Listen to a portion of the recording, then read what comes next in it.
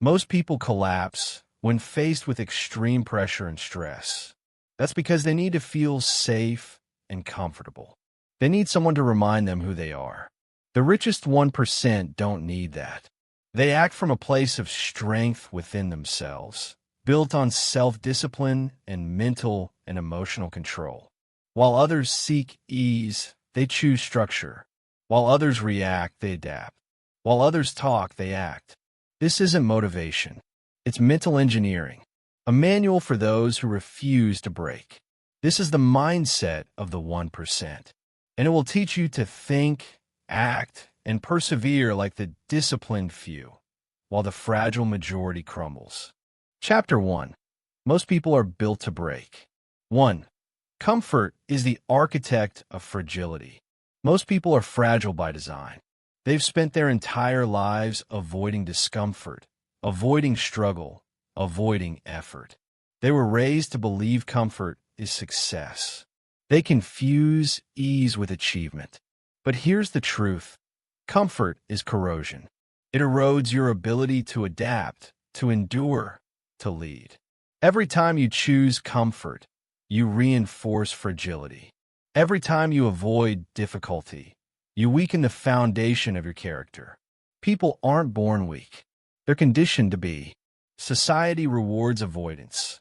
Easy jobs, instant results, immediate pleasure. The cost.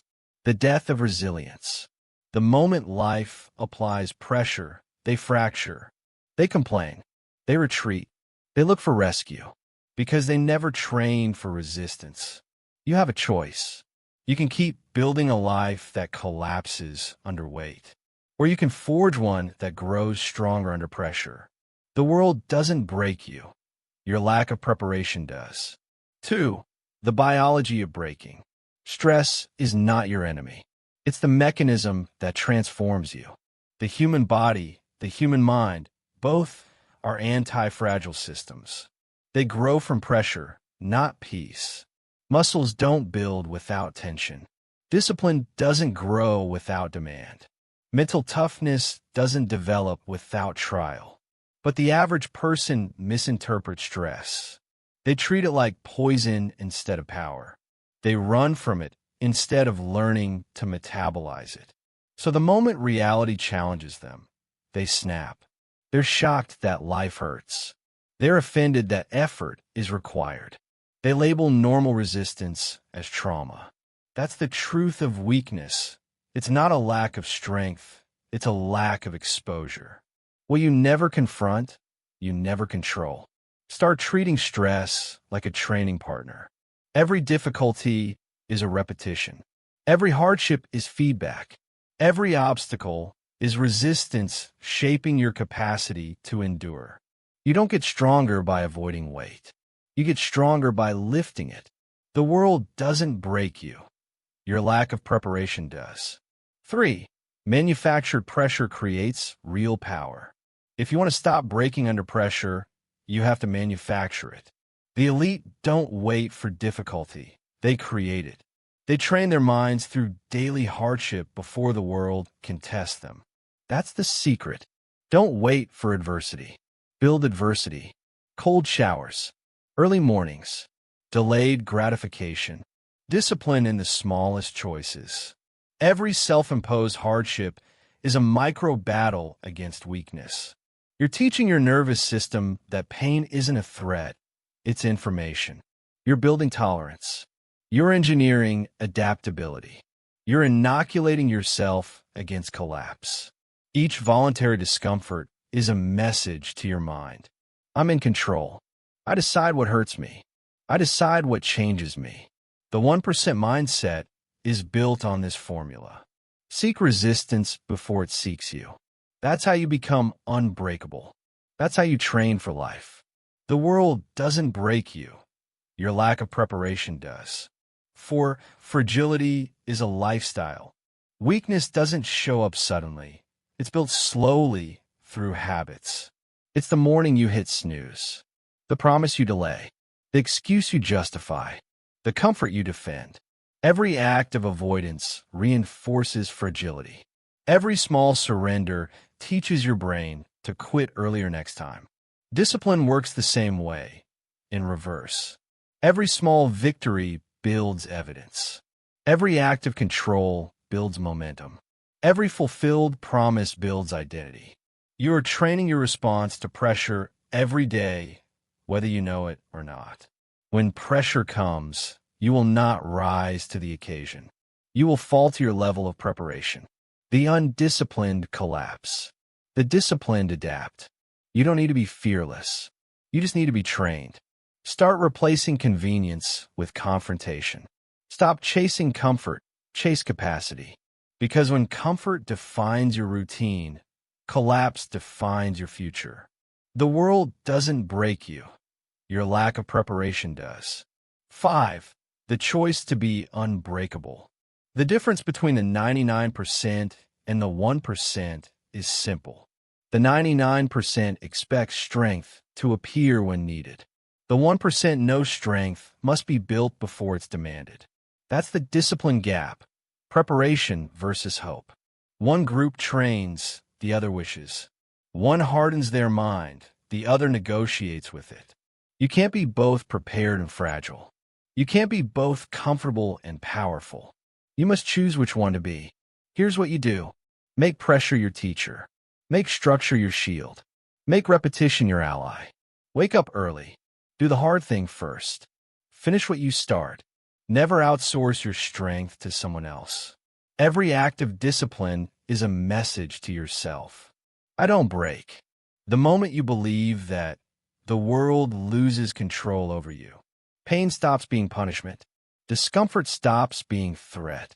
Pressure becomes proof.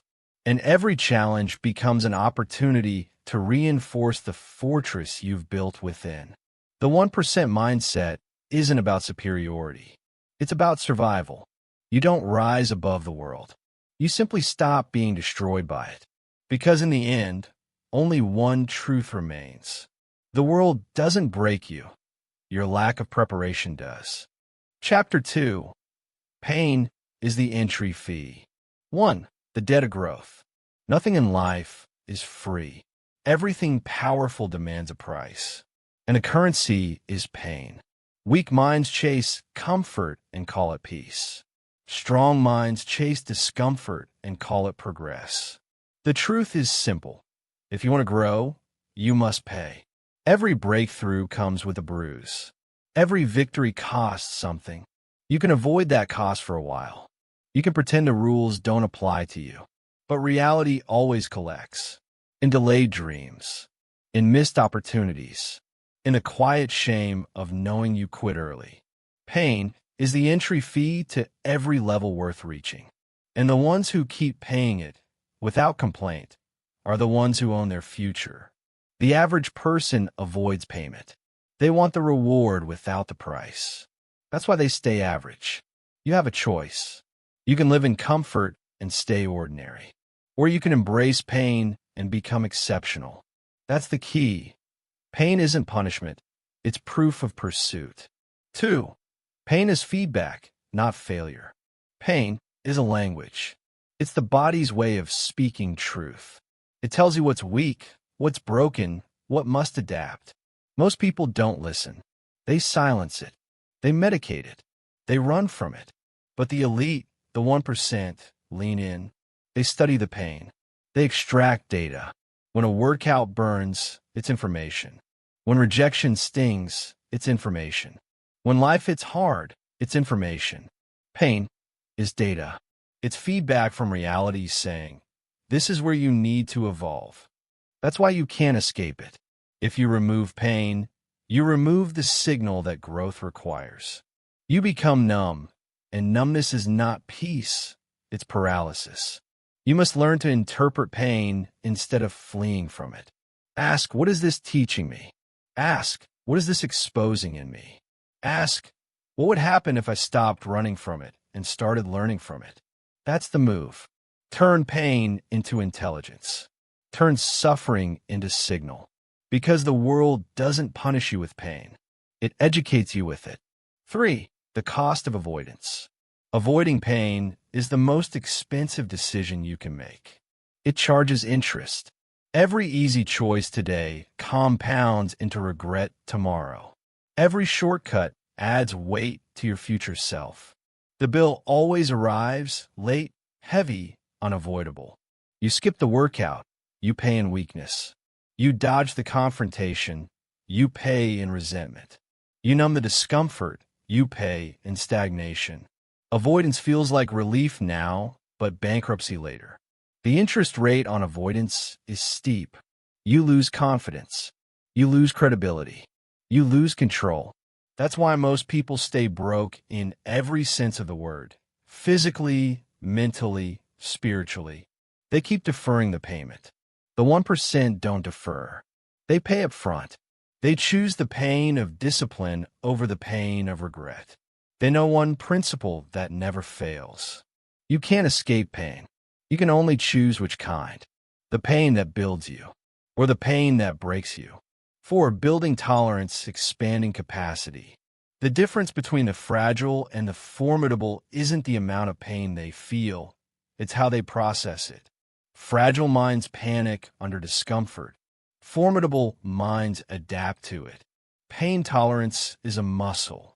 It strengthens through repetition. Every time you face hardship without flinching, your threshold expands. Every time you endure discomfort without complaint, your capacity multiplies. That's why the strong don't seek comfort. They seek calibration. They use small, daily doses of pain to build immunity to greater challenges. Cold showers, early mornings, tough conversations, relentless consistency. These are training grounds. Controlled pain, deliberate adversity. Every self-imposed hardship is a deposit into your resilience account. And when real chaos arrives, you withdraw from that account. Most people have nothing saved. You will, because pain no longer shocks you. It prepares you. It's not an intruder. It's an instructor. That's the mindset of the 1%. They aren't tougher by nature. They're tougher by training. They build a relationship with pain until it stopped feeling like punishment. It started feeling like progress. 5. The discipline of enduring. Every person wants to be strong. Few are willing to do what strength requires. Endurance is not glamorous. It's quiet. It's repetitive. It's invisible. But endurance builds everything the weak envy. When you can suffer without folding, you become dangerous.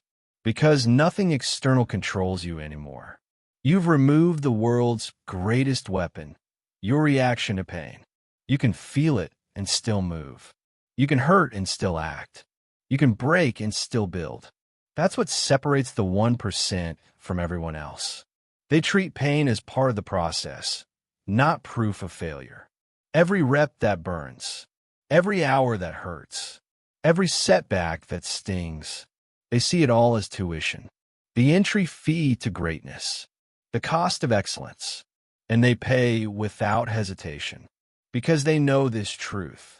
If you're not willing to suffer for your goals, you'll be forced to suffer from your excuses. The choice is simple. The weak run from pain and stay trapped by it. The strong run toward pain and are freed by it. The world doesn't break you. Your avoidance does. Pain isn't your punishment. It's your passage. Chapter 3. Build the fortress mind.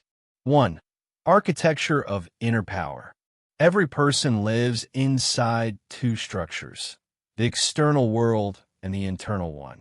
The weak spend their lives remodeling the external, chasing new jobs, new relationships, new distractions, while their inner architecture remains unfinished and fragile. The strong do the opposite. They construct the mind like a fortress, reinforced walls, guarded gates, deliberate design. The purpose of the fortress is not to isolate you from life, but to protect your focus from intrusion. When the storms come, it stands.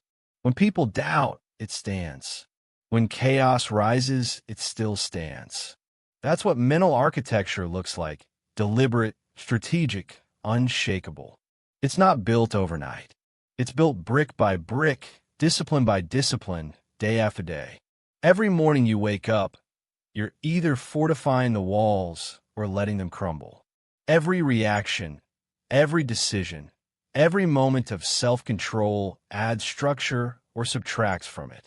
You must decide what kind of mind you want to live in. A fortress that protects you or a ruin that betrays you. That's the choice. That's the blueprint. That's how unbreakable begins. 2. Design through discipline. A fortress doesn't build itself.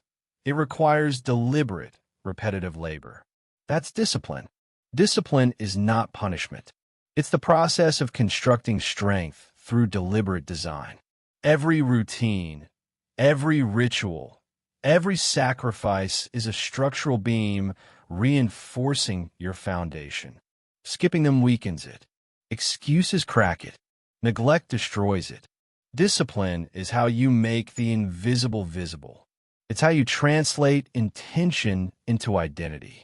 Most people talk about discipline like it's a feeling. It's not. It's an architectural command. You don't wait for it. You execute it. Every repetition of a disciplined act tells your mind, this is who I am. Do that long enough, and the walls stop shaking. Do that long enough, and your habits defend you automatically. That's the key. You build discipline until it builds you back. You build structure until structure protects you. Weak people wait for motivation. Strong people rely on design. Build your systems so tight that failure has no entry point. Construct your days like blueprints for consistency. Routine is not prison, it's protection. The fortress mind thrives inside repetition because repetition becomes armor. You stop wondering what to do. You simply do it. You stop negotiating. You start executing. That's what real freedom looks like. 3. Guard the gates. Even the strongest fortress falls if its gates remain open. Your gates are your senses, what you watch, what you hear, what you allow inside your mental perimeter. The weak allow anything in: gossip, negativity, distraction. They let others plant seeds of doubt inside their soil. Then they wonder why their confidence never grows. Guard your attention like territory. Protect your time like oxygen. Not everyone deserves access to your mental space. Not every voice deserves entry. Not every thought deserves repetition. Your attention is your strongest currency. Spend it carefully or you'll bankrupt your focus. You must learn the art of strategic silence. Not responding to every opinion. Not reacting to every stimulus. Not explaining every decision. When people question your choices, let the results speak. When critics appear, stay still. Silence is the shield of the disciplined. Guarding your mental gates doesn't make you distant. It makes you sovereign. You control what enters, which means you control what grows. That's mastery. That's self-leadership. And every fortress needs a gatekeeper who knows when to say no. 4. Reinforcement through adversity. A structure only proves its strength when pressure hits it. The same applies to your mind. Without resistance, you'll never know what parts of you are weak. Without storms, you'll never discover which beams are solid and which will snap. So don't resent hardship, use it. Each setback reveals a flaw in your mental architecture. Each failure exposes where reinforcement is needed. The disciplined don't break under pressure. They renovate under it. They adjust their design. They add layers of endurance. They upgrade their framework. Pressure is not your enemy. It's the engineer showing you where to improve. Every challenge, every betrayal, every failure, it's inspection day for your fortress. You can collapse and rebuild weaker, or you can reinforce and emerge indestructible. That's the game. You can't prevent the tests, but you can prepare for them. You can't stop the storms, but you can strengthen your structure. The strong aren't lucky. They're just built to last. 5. The fortress mindset. Building the fortress mind means accepting full responsibility for your internal state. No one else will guard it. No one else will maintain it. It's your domain, and ownership is everything. When your mind becomes the fortress, peace is no longer dependent on the environment. People can attack you, chaos can surround you, life can shift beneath you, but inside, you remain unmoved. This is not emotional detachment. It's emotional command. You still feel everything, but nothing controls you. The fortress mind doesn't react, it evaluates. It doesn't panic, it prepares. It doesn't crumble, it recalibrates. Every day, the undisciplined wait for the world to give them peace.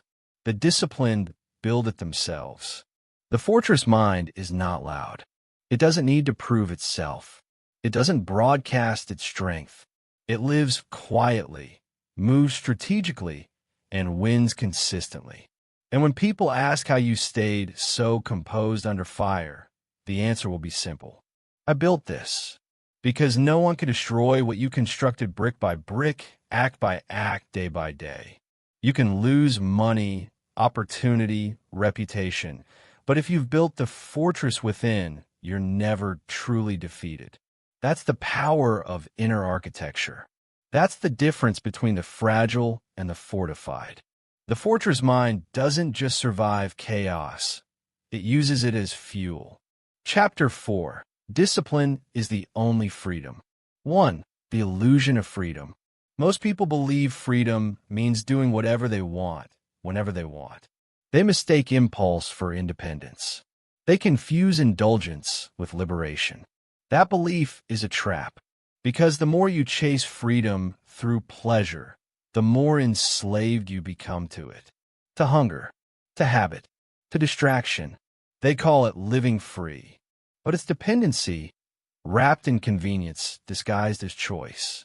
The person who can't resist temptation isn't free. They're owned by it. Freedom without discipline is chaos. And chaos never liberates. It consumes. You see this everywhere. People drowning in options, paralyzed by comfort, lost in indulgence. They've mistaken the absence of structure for freedom, when in truth, structure is what makes freedom possible. Without order, you don't have choices, you have chains. Without control, you don't have peace, you have noise. That's the paradox the weak never understand. The walls you build through discipline don't trap you. They free you, because discipline is the gatekeeper of true autonomy. 2. The architecture of control. Discipline is not denial, it's direction. It's the blueprint that channels your power instead of scattering it. Imagine a river. Without banks, it floods everything in its path. With structure, it generates energy strong enough to power entire cities. Your mind works the same way. Discipline gives boundaries to your energy. It decides where your time flows, what your focus feeds, and what distractions die of starvation. Every rule you create for yourself removes weakness. Every standard you enforce builds reliability. Every commitment you keep sharpens identity. Most people live like spilled water, everywhere but going nowhere. They confuse motion with momentum. They chase stimulation instead of progress. The disciplined live differently. Their structure becomes strength. Their restraint becomes power. Their self-control becomes sovereignty. Because when you control yourself, nothing else controls you. That's the formula. Boundaries, focus, power, freedom. And the bridge between each step is discipline. 3. The chains you choose. The truth is simple but hard to accept. You will live in chains either way. You either were the chains of discipline or the chains of regret. One is heavy now. The other is heavy forever. The undisciplined suffer continuously because they never master themselves. They serve every emotion, every urge, every distraction. Their day is a sequence of reactions. They can't stay consistent. They can't follow through. They can't finish. That's not freedom. That's captivity. But the disciplined choose their chains. They choose repetition over randomness. They choose structure over chaos. They choose the burden that builds over the ease that erodes. And what begins as restriction becomes release. When you follow your code long enough, your behavior becomes automatic. Decisions become effortless. Focus becomes natural. Energy returns. You're not weighed down by effort anymore. You're carried by it. That's what mastery feels like. Not strain, not struggle, but fluency in your own power. The disciplined are free because they've already paid the price. The undisciplined are slaves because they keep running from it. You can't avoid the chains. You only get to choose which ones you wear. 4. The discipline economy. Everything valuable in life operates on a delayed reward system. You pay now. You earn later. Money, skill, strength, respect, all governed by the same law, deferred gratification. And discipline is the currency. Without it, you're broke emotionally, mentally, and spiritually. You can't buy excellence with excuses. You can't purchase mastery with impulse. You can't build legacy with inconsistency. Every act of discipline is a deposit. Every temptation resisted is interest accrued. Every finished task compounds into confidence. That's the discipline economy, invisible to the impulsive, obvious to the strategic. The weak demand instant returns. The strong think long-term, because the disciplined understand. If you wait, you win. If you focus, you multiply. If you stay consistent, you dominate. They play a different game entirely. While others chase dopamine, they chase dividends. While others seek comfort, they accumulate capacity.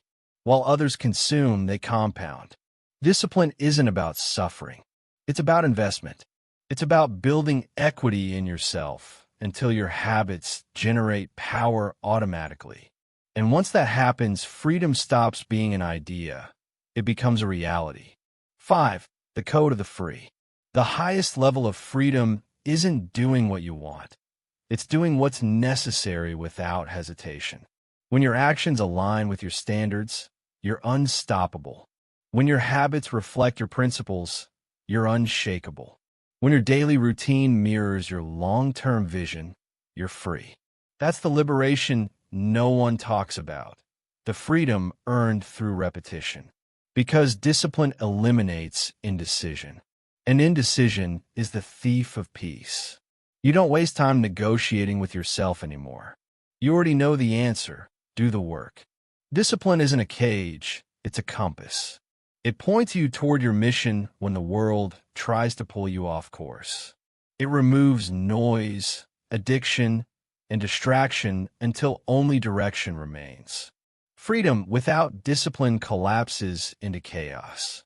Discipline without freedom collapses into rigidity.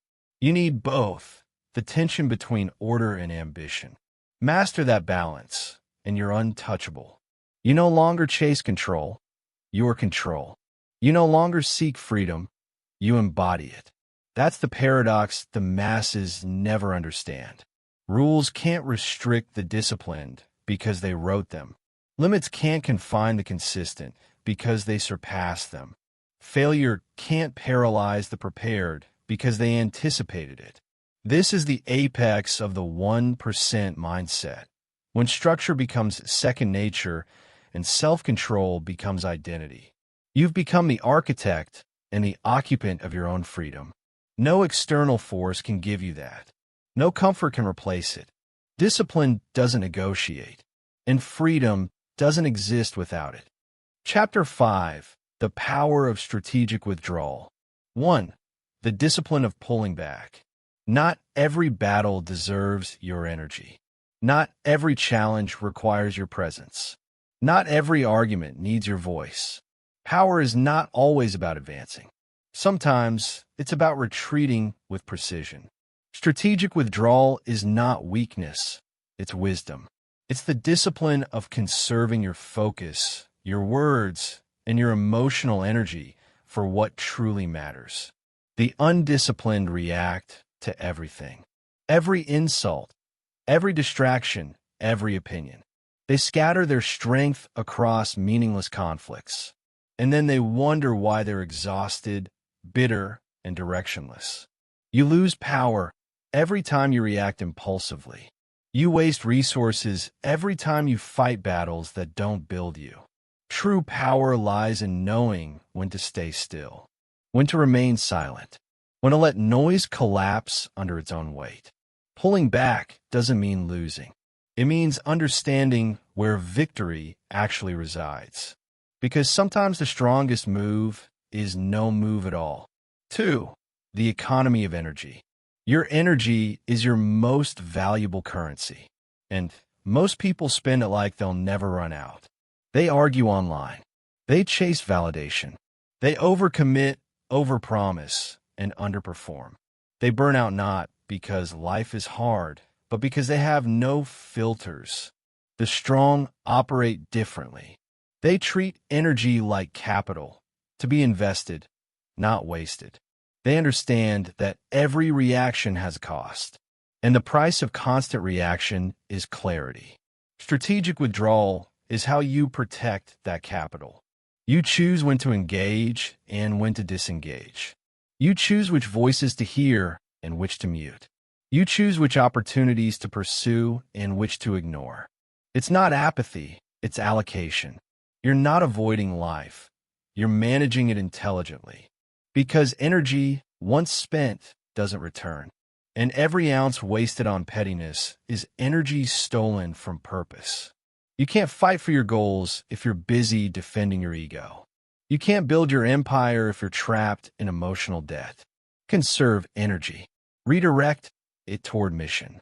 Withdraw from noise to invest in mastery. That's the move. 3. Silence as strategy. The undisciplined equates silence with defeat. But silence is often the highest form of control. When you respond to everything, you reveal everything. Your emotions, your triggers, your weaknesses. But when you remain silent, you force others to confront their own noise. Silence is not passive. It's tactical. It creates pressure. It unsettles the reactive. In warfare, silence before an attack builds uncertainty. In business, silence during negotiation creates leverage. In personal life, silence in conflict disarms manipulation.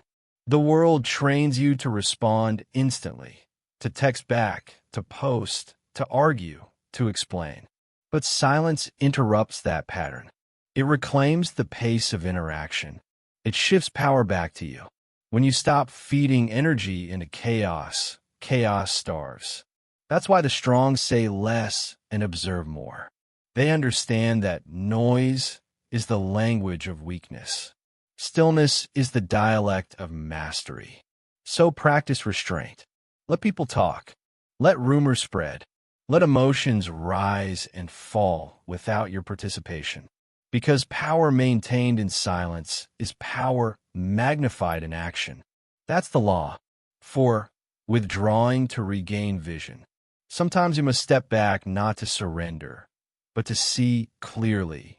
Perspective requires distance. You can't assess the battlefield when you're standing in the smoke. You can't see the pattern while trapped in the moment. Withdrawal creates clarity. It restores objectivity. It allows recalibration. Most people confuse momentum with progress. They keep moving even when direction is lost. But motion without intention is wasted force. That's why the disciplined pause. They remove themselves from noise. They reassess the mission. They return with precision. Withdrawal is not inactivity. It's incubation. It's the mind rebuilding strategy while the world burns itself out.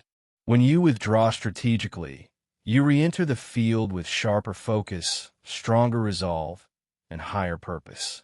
You move from reaction to calculation, from emotion to execution. That's the distinction between the average and the elite. The average need constant motion to feel alive. The elite need alignment before they move. So step back when the world feels heavy. Step back when you lose direction. Step back when noise drowns purpose. Not to quit, to return clearer. That's how the strong stay undefeated. 5. Mastery through detachment. Detachment is the final layer of discipline. It's not emotional coldness, it's emotional command. You're no longer pulled by validation, provoked by criticism, or paralyzed by chaos. You've detached from a need to control everything, and that's what makes you unshakable. Strategic withdrawal teaches you that control doesn't come from constant engagement. It comes from selective engagement. You don't need to fight every battle to win the war. You don't need to respond to every challenge to prove strength.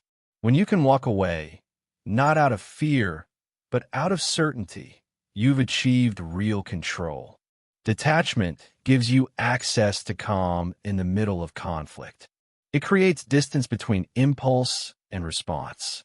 And that distance is where power lives. You no longer chase outcomes. You influence them. You no longer drown in emotion. You navigate through it. That's mastery. The ability to hold your ground while everyone else loses theirs.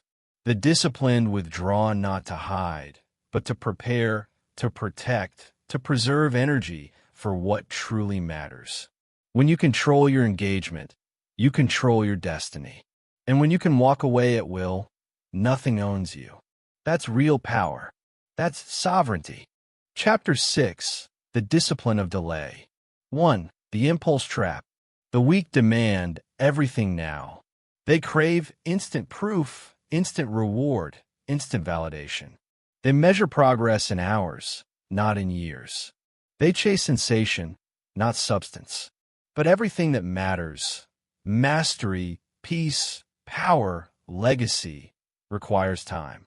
And time only rewards the disciplined. The undisciplined can't wait. Their need for immediacy destroys every seed before it sprouts. They dig up their progress to check if it's growing. They smother potential with impatience. That's why they never last. They're slaves to urgency, addicts of speed. Every delay feels like failure. Every wait feels like punishment. But patience isn't passive. It's precision. It's the act of controlling time instead of being controlled by it. The impatient react. The disciplined wait. And waiting, deliberate, calculated waiting, is a form of dominance. Because those who can wait control those who can't. That's the law. 2. The architecture of long-term thinking. Everything powerful in life is built on compounding. The invisible growth that multiplies through repetition and time. The tree doesn't sprout overnight. The mind doesn't harden in a week. The empire doesn't rise in a season. But the masses don't understand compounding. They abandon routines before results arrive. They quit when growth slows. They destroy years of progress, chasing a few moments of comfort. The disciplined think in decades. They measure progress in consistency, not in applause. They know the outcome is inevitable if the input is correct and consistent.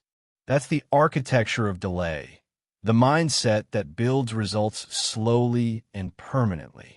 When you think long-term, every short-term obstacle becomes irrelevant. Distractions fade. Critics vanish. Urgency dissolves. Because you're not racing others, you're constructing endurance. Patience doesn't mean doing nothing. It means doing the right thing long enough for it to matter. The weak quit when they don't see results. The strong persist until results can't be stopped. 3. Time is a weapon. Most people treat time as the enemy. They fight it, fear it, and waste it. But time is neutral. It multiplies whatever you feed it. If you feed it consistency, it compounds into greatness. If you feed it chaos, it compounds into collapse. The disciplined don't fight time. They weaponize it. They understand that each day of restraint, each repetition of focus, each moment of delay adds exponential force to future outcomes. They're not impatient for progress because they trust compounding more than emotion. This is how endurance becomes an advantage. While others burn out chasing fast wins, the disciplined accumulate quiet momentum. They stack invisible gains, hours of focus, reps of control, years of mastery. And one day, they appear unstoppable. But it's not sudden. It's the mathematics of time applied with discipline. Time will break the undisciplined. Time will crown the consistent. Every day you stay the course, you widen the gap. Every delay you endure, you store potential energy. And when it releases, it's unstoppable. You don't win fast. You win permanently. 4. The training of deferred reward. Delayed gratification is the laboratory of power. It's where willpower is tested, stretched, and strengthened. The disciplined don't avoid comfort forever. They delay it until it's earned. They understand that pleasure loses meaning without resistance. Every time you delay a reward, you train dominance over impulse. Every time you wait instead of indulge, you sharpen focus.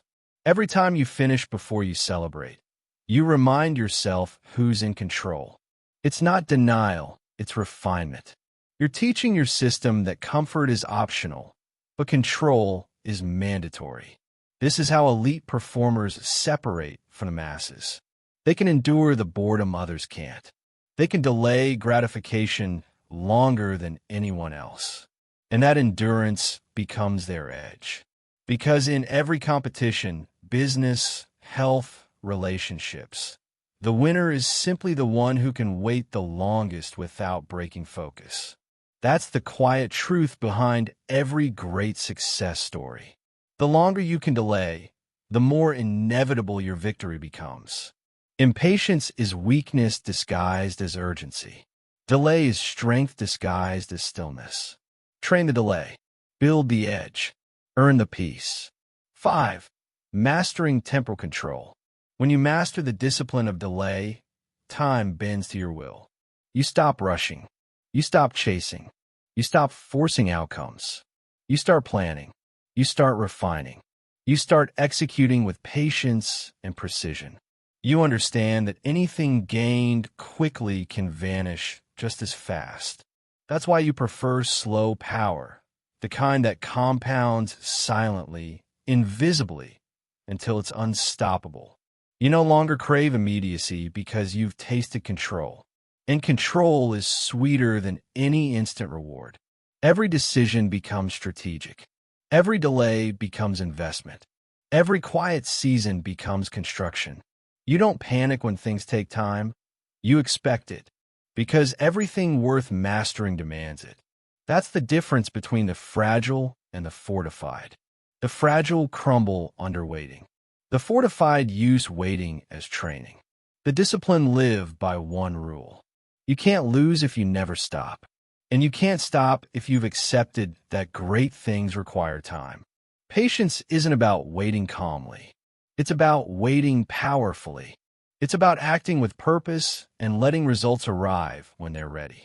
That's how you dominate time instead of being dominated by it. The discipline of delay isn't a burden, it's a weapon. It keeps your emotions contained, your focus intact, and your trajectory aligned. The world rushes. You hold steady. The world burns out. You accelerate. That's how endurance becomes advantage.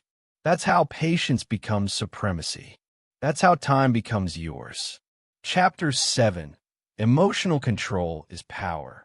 1. The enemy within. Your greatest threat isn't external. It's emotional. It's not the world breaking you. It's your reaction to it. You've seen it before. People with talent, intelligence, potential, all destroyed by their inability to control emotion. One outburst, one panic, one careless reaction, and everything collapses. Emotion is the most expensive currency you have.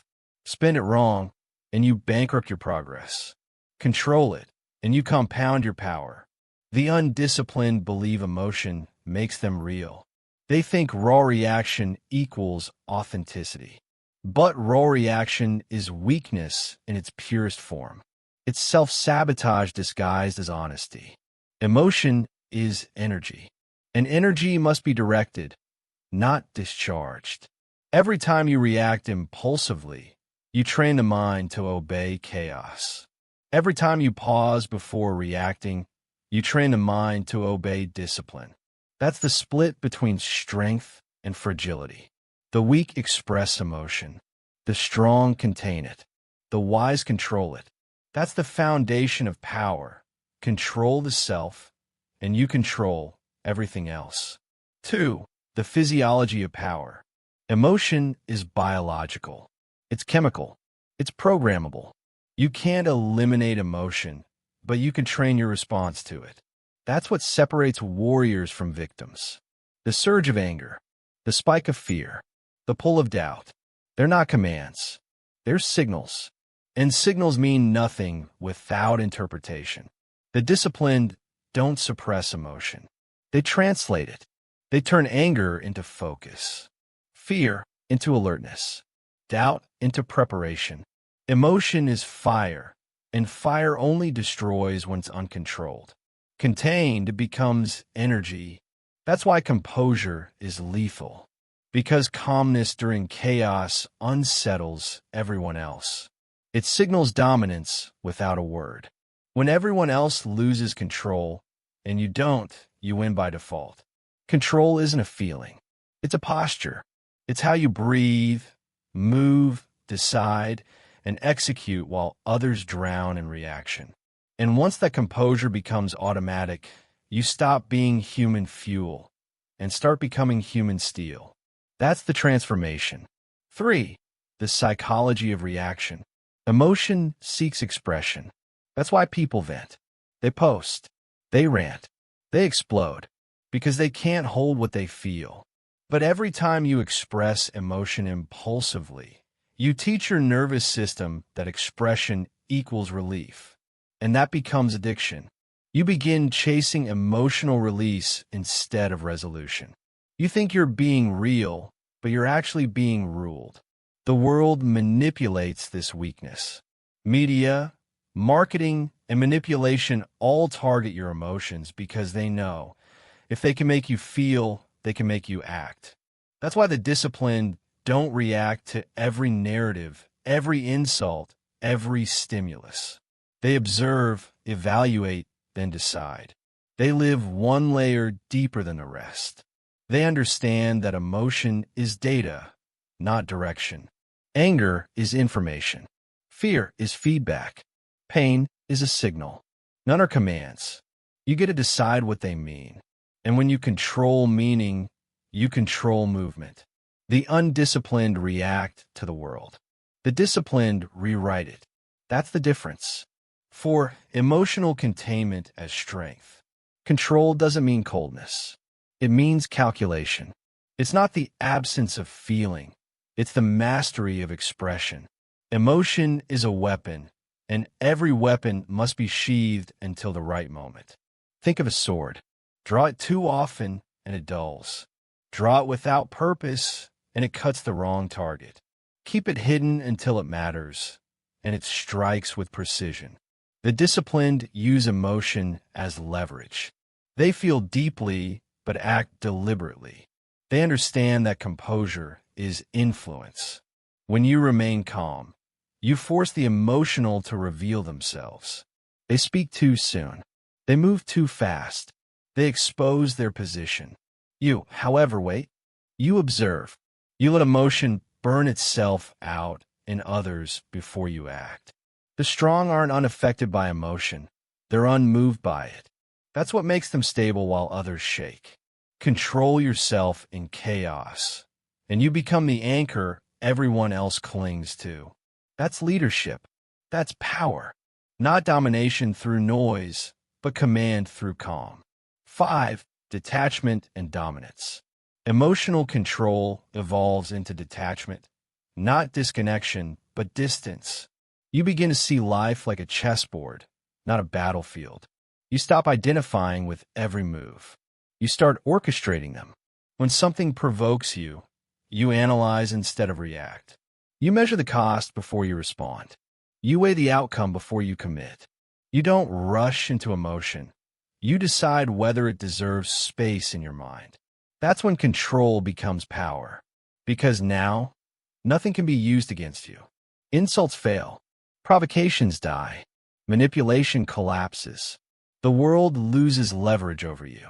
When you can stay composed under attack, patient under pressure, and silent under provocation, you become untouchable. This is emotional sovereignty, the highest form of control. It's when you stop being reactive energy and become stable gravity. People orbit your calm. They adjust to your pace. They bend to your stillness. Because composure isn't passive, it's commanding. Emotion once ruled you. Now it obeys you. That's mastery. That's power. That's peace earned through discipline. And peace maintained through control. Chapter 8. The Power of Presence. 1. The Weight of Stillness. Power doesn't shout. It doesn't demand attention. It draws attention. Presence is invisible authority, the force that changes a room without a word. You felt it before. The quiet one who doesn't chase attention but commands it. The person who speaks once and everyone listens. That's not charisma. That's control projected outward. Presence is the external manifestation of internal order. It's the aura of someone who has mastered emotion, mastered reaction, and mastered time. The uncentered scatter energy. The centered radiate it. Presence is built, not born. It's trained through restraint, attention, and consistency. It's not about how you move, it's about how you don't. Stillness is magnetic. People feel drawn to calm because they're drowning in noise. When you enter a room anchored in silence, you become the reference point for everyone else's chaos. That's power. That's presence. 2. Control projects confidence. Presence begins inside the body. Your physiology mirrors your psychology. When your mind is controlled, your body follows. When your body is grounded, your mind stabilizes. Control your breathing. Control your posture. Control your pace. Every movement either adds or subtracts from your authority. The undisciplined fidget. They move too fast, talk too loud, over-explain. Their bodies reveal their lack of control before their words do. But the disciplined understand containment. They slow down everything, their walk, their tone, their gestures, because slowness signals certainty. And certainty is what people follow. Presence is silent confidence. You don't have to prove control, you embody it. Your eyes become steady. Your words become measured. Your pauses carry weight.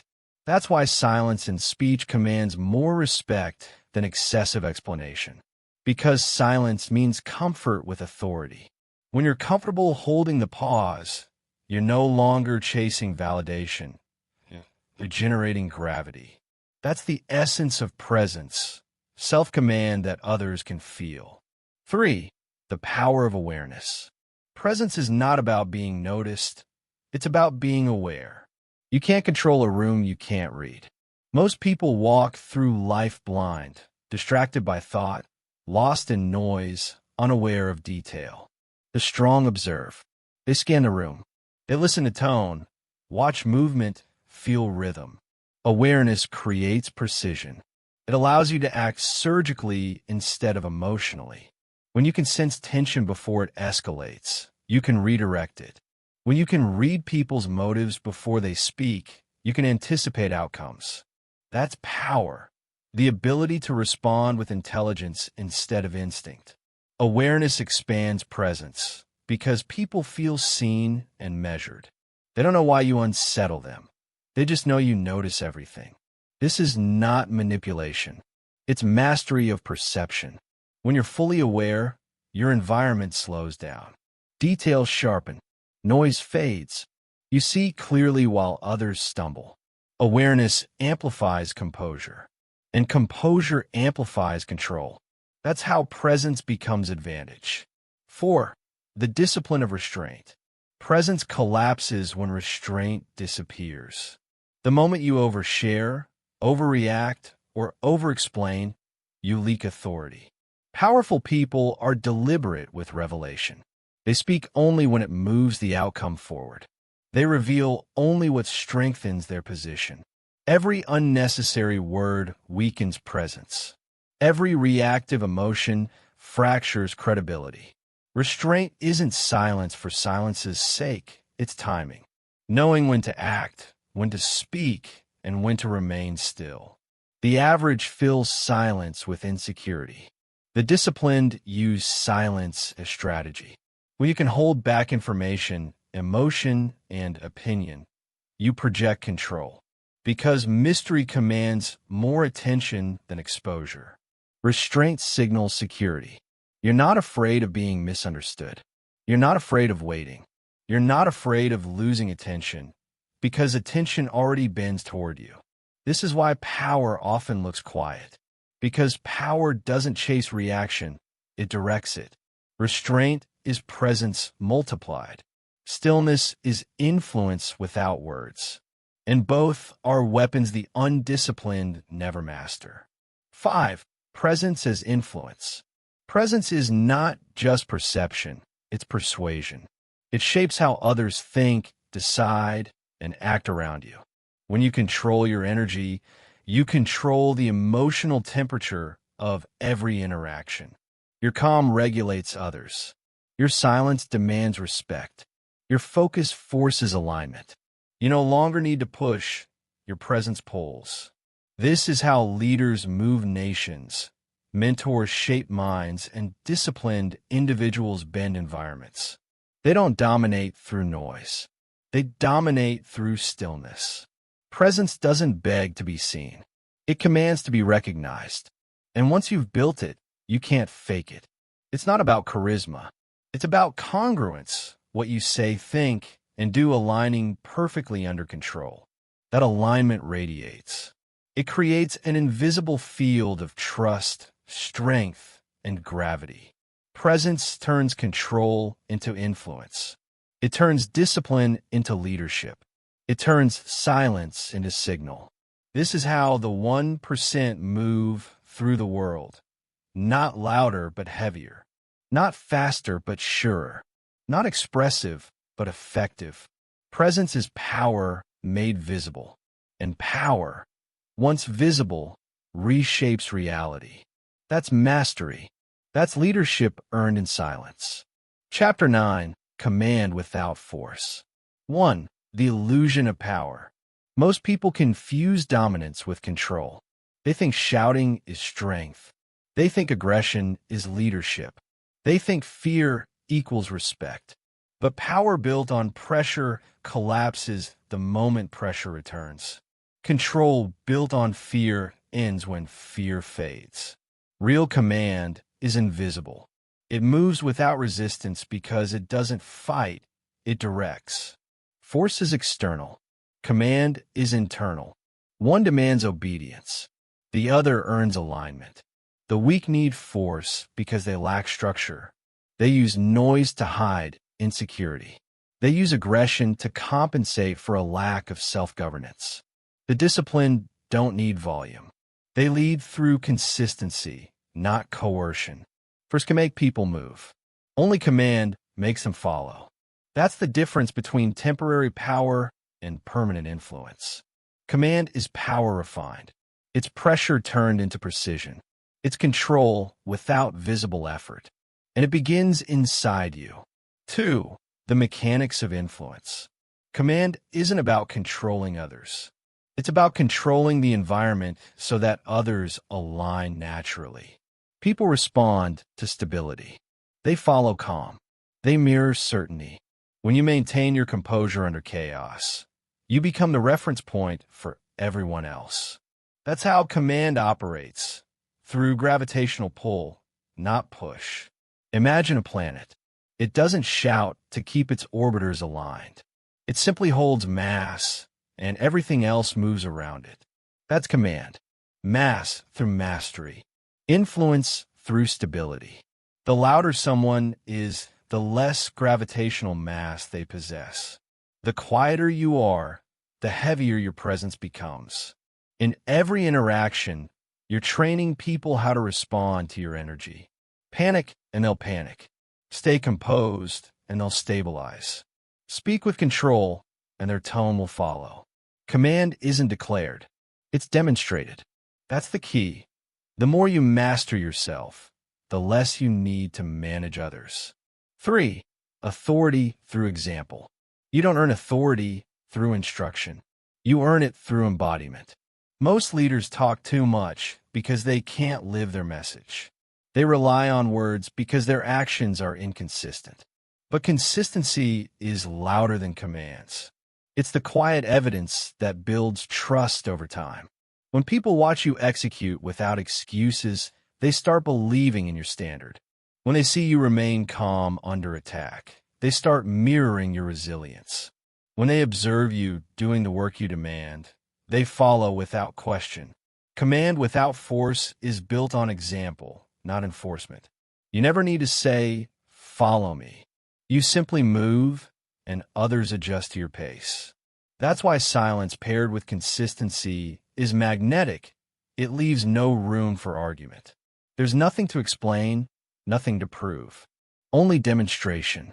And demonstration is the purest language of leadership. That's how invisible power becomes visible influence. Not through force, through proof. 4. The strategy of detachment. You can't command what you're emotionally entangled with. Attachment clouds perception. It makes you reactive. It blinds you to leverage. Command requires distance. Not indifference, distance. The ability to step back, observe, and decide without emotion. To see the field, not just the fight. To focus on the system, not the stimulus. Most people lose control because they can't separate ego from execution. They take resistance personally. They react to every challenge. And the moment you react, you surrender command. Detachment isn't apathy. It's control through clarity. You don't need to win every battle. You just need to shape the terrain so battles stop mattering. That's why the most powerful people rarely look emotional. Not because they don't care, but because they can't afford to.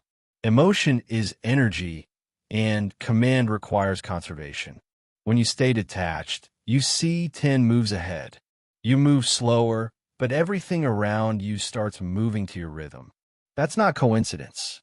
That's command. 5. The weight of inner authority. Command is built in silence long before it's seen in public.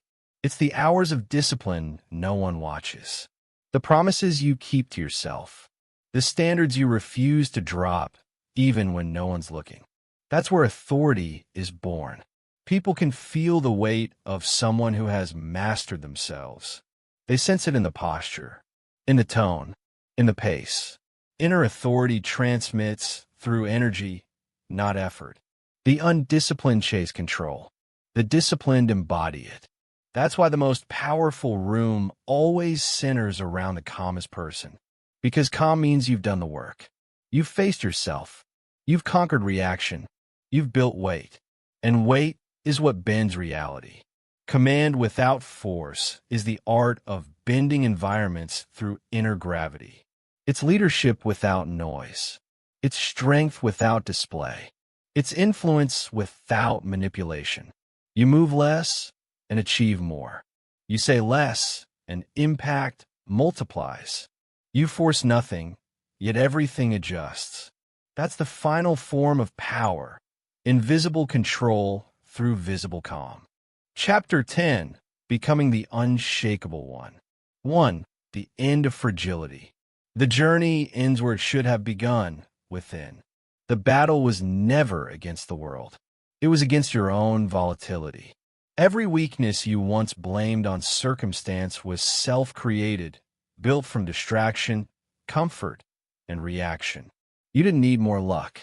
You needed more structure. Fragility is self-inflicted. It's what happens when emotion leads and principle follows. It's what happens when comfort outweighs purpose. You were built to endure, but endurance decays in the absence of challenge. The untrained mind seeks relief. The disciplined mind seeks resilience. The unshakable one doesn't avoid pressure. They calibrate under it. They don't fear failure. They feed on it. They don't seek validation. They manufacture certainty. And that's the final truth. No one becomes unshakable by avoiding storms.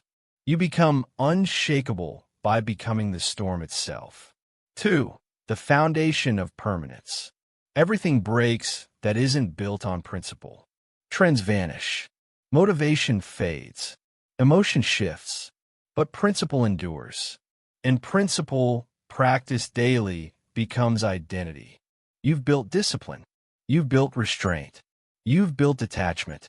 Now, they must merge into something greater, permanence. Permanence is living your values without variance. It's the alignment between what you say, what you think, and what you do, even under pressure. The unshakable don't need reminders of who they are. They act in accordance with principle automatically. Consistency replaces motivation. Silence replaces validation. Execution replaces explanation. And over time, this alignment becomes armor. You stop playing defense against the world because the world can no longer penetrate what's consistent.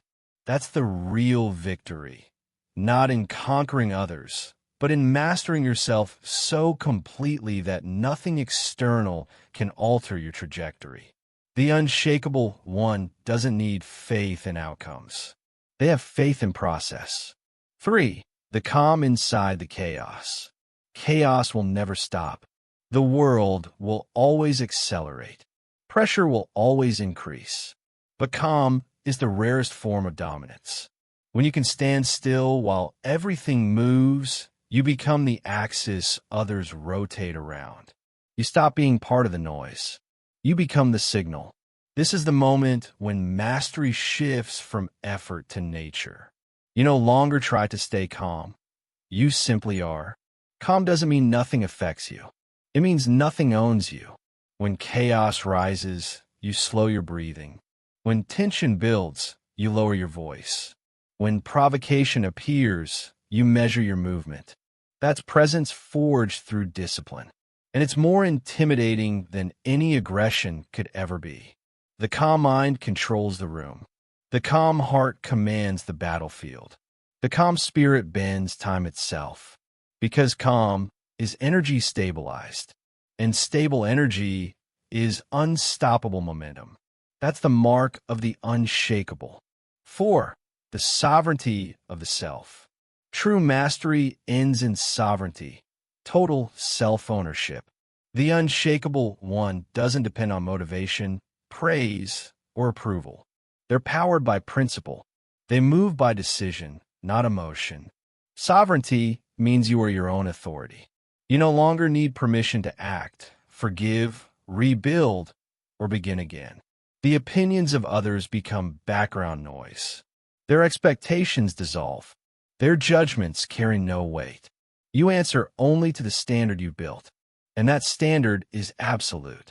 This is not arrogance. It's clarity. You know what matters. You know what breaks you. You know what builds you. You've eliminated contradiction. Your life is single-directional. Every thought, word, and action serves one mission: strength through mastery. Sovereignty is the end of dependence.